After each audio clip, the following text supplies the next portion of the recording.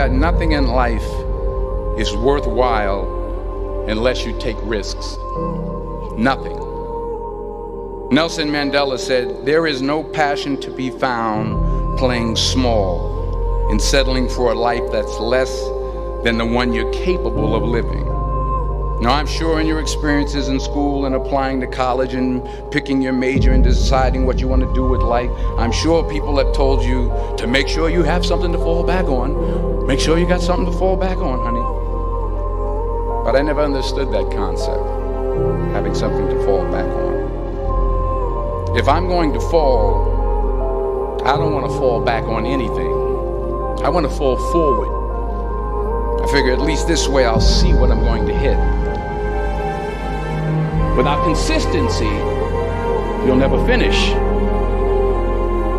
So do what you feel passionate about. Take chances.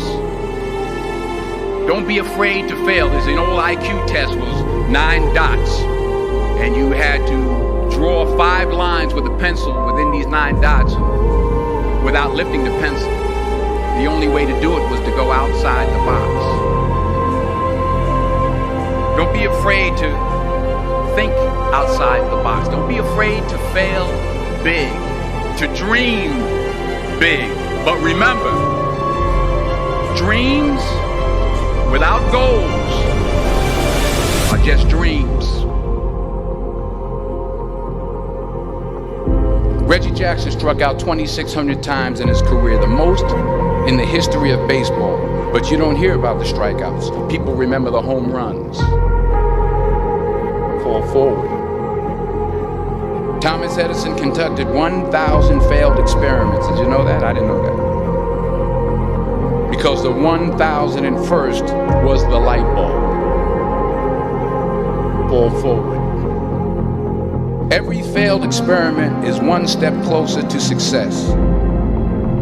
You've got to take risks, and I'm sure you've probably heard that before, but I want to talk to you about why that's so important. You will fail at some point in your life, accept it. You will lose. You will embarrass yourself. You will suck at something. There's no doubt about it. And I know that's probably not a traditional message for a graduation ceremony, but hey, I'm telling you, embrace it, because it's inevitable.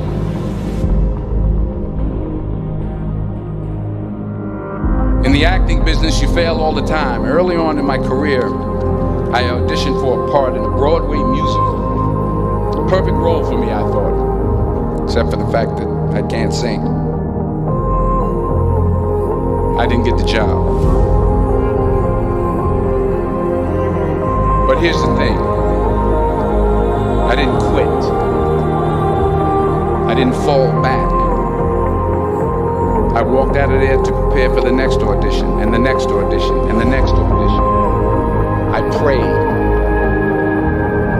I prayed. And I prayed. But I continued to fail, and fail, and fail. But it didn't matter, because you know what? There's an old saying. You hang around the barbershop long enough, sooner or later you're going to get a haircut. So you will catch a break, and I did catch a break. Last year, I did a play called Fences on Broadway. But here's the kicker. It was at the Court Theater. It was at the same theater that I failed that first audition 30 years prior. The point is, every graduate here today has the training and the talent to succeed. But do you have the guts to fail? If you don't fail, you're not even trying. I'll say it again. If you don't fail, you're not even trying. To get something you never had, you have to do something you never did.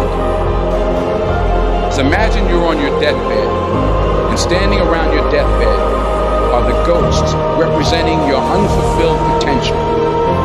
The ghost of the ideas you never acted on. The ghost of the talents you didn't use. And they're standing around your bed, angry, disappointed and upset. They say we came to you because you could have brought us to life, they say. And now we have to go to the grave together.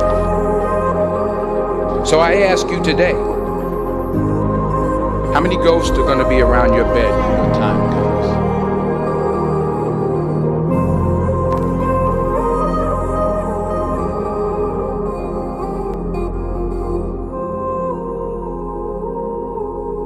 I just got back from South Africa. It's a beautiful country, but there are places there with terrible poverty that need help. And Africa is just the tip of the iceberg. The Middle East needs your help. Japan needs your help. Alabama needs your help. Tennessee needs your help. Louisiana needs your help. Philadelphia needs your help. The world needs a lot, and we need it from you. We really do. We need it from you young people. I mean, I'm not speaking for the rest of us up here, but I know I'm getting a little grayer.